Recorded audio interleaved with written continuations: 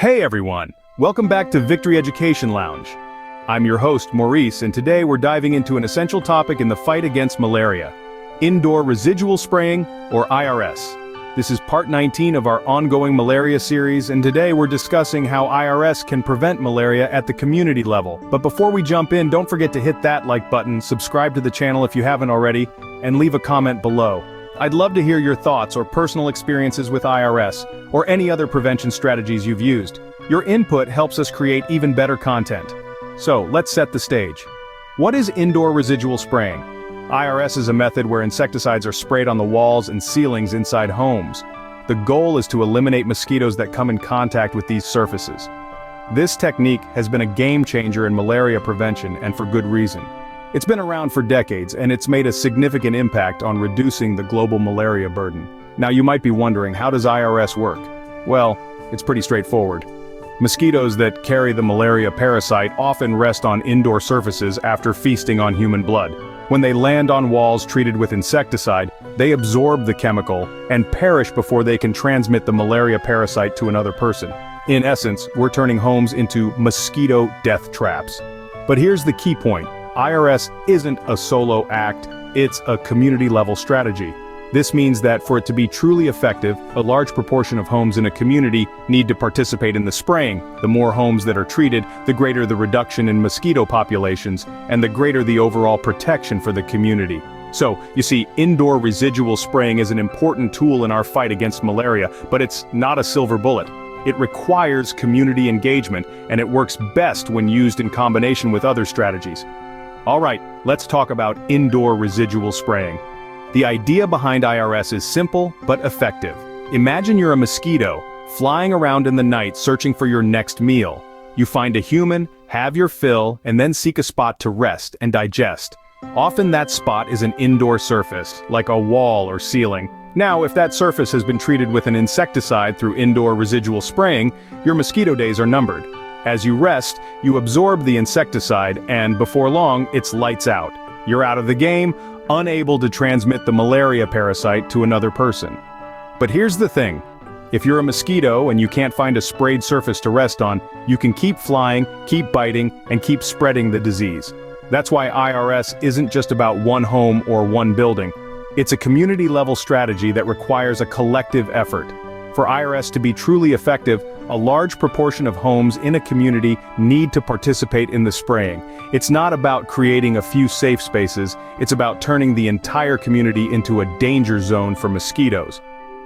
Think of it as a chain reaction. One sprayed home can kill a number of mosquitoes, but if those mosquitoes can't find sprayed homes to rest in, they'll just move to the untreated ones.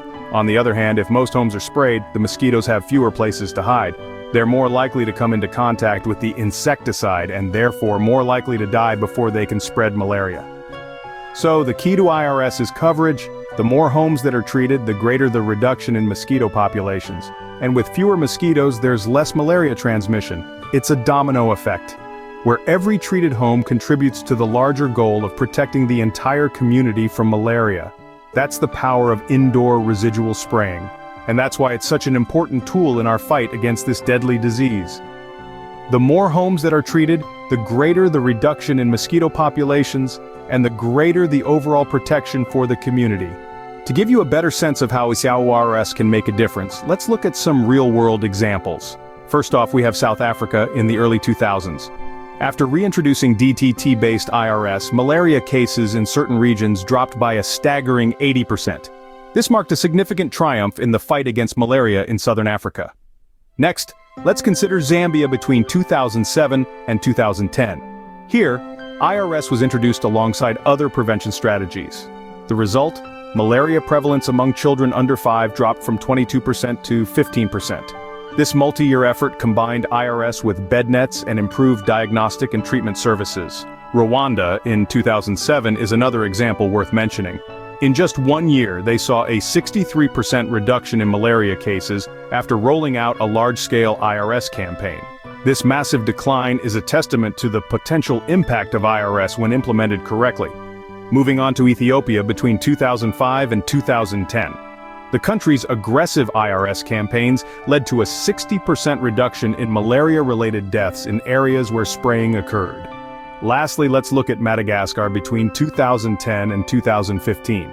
They combined IRS with insecticide-treated bed nets. The result was a significant reduction in malaria transmission, with IRS being credited as one of the most impactful interventions. These examples underscore the effectiveness of IRS in different contexts and highlight the importance of community participation and well-coordinated implementation. They also remind us that IRS doesn't operate in a vacuum. It's often most effective when used in tandem with other strategies like bed nets and improved healthcare services.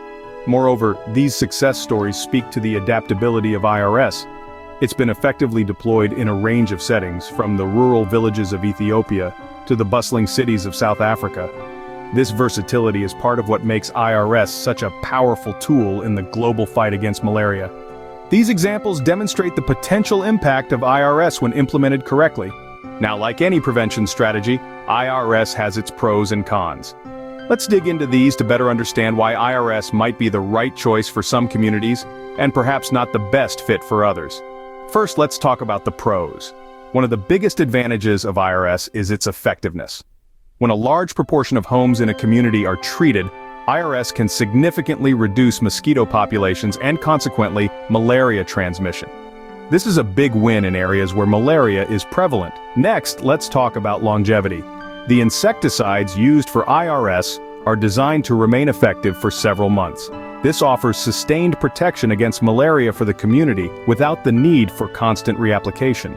Thirdly, IRS provides broad coverage. It targets mosquitoes inside homes, which are responsible for the majority of malaria transmissions. By focusing on these indoor environments, IRS can directly target the root of the malaria problem. Lastly, IRS can be cost-effective in certain areas. Particularly in high transmission regions, IRS can be a cost-effective tool when paired with other interventions.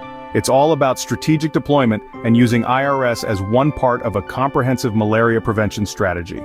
Now let's flip the coin and look at the cons. While IRS can be highly effective, its success heavily relies on community participation. If only a small number of homes in a community are treated, the overall impact may be limited. This means that community buy-in and participation are crucial for IRS to be effective.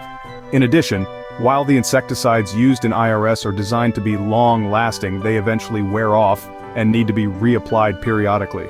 This can present logistical challenges and require consistent funding and resources. Lastly, there are potential health and environmental concerns related to the insecticides used in IRS. While these risks are generally low, they do exist and need to be taken into consideration when planning an IRS campaign. In high transmission areas, IRS can be a cost-effective tool when paired with other interventions. However, like any tool, it's essential to use it wisely and in conjunction with other strategies for maximum impact. So, there you have it, a comprehensive look at indoor residual spraying. We've unpacked the ins and outs of this potent strategy, which has been a game-changer in the battle against malaria. From its simple yet effective mechanism of action, killing mosquitoes that make contact with treated indoor surfaces, to its broad community-level impact, IRS has proven its worth time and again. We've highlighted how this technique has significantly reduced malaria cases in diverse settings, from South Africa to Zambia, Rwanda, Ethiopia, and Madagascar. Each success story underscores how IRS, when implemented on a wide scale and often in combination with other strategies, can dramatically curtail malaria transmission. But remember, no strategy is without its limitations. While IRS is highly effective and offers long-lasting protection, it requires a high level of community participation and may not be cost-effective in all regions.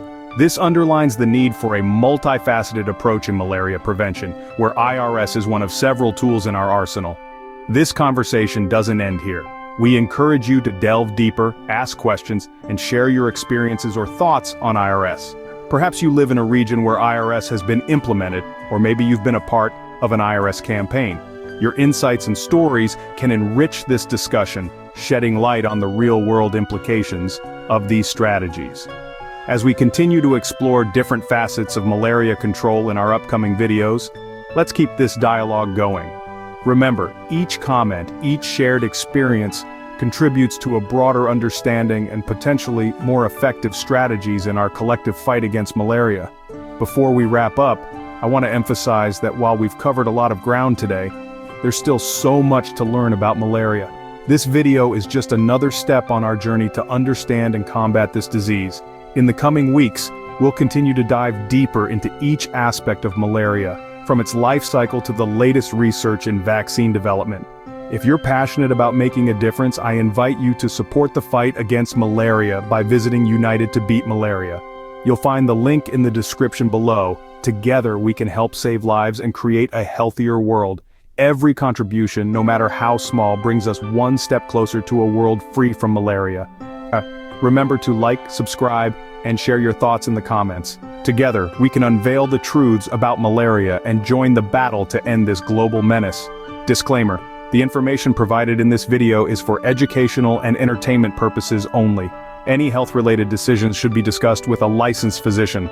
Always seek the advice of your doctor or other qualified health provider with any questions you may have regarding a medical condition.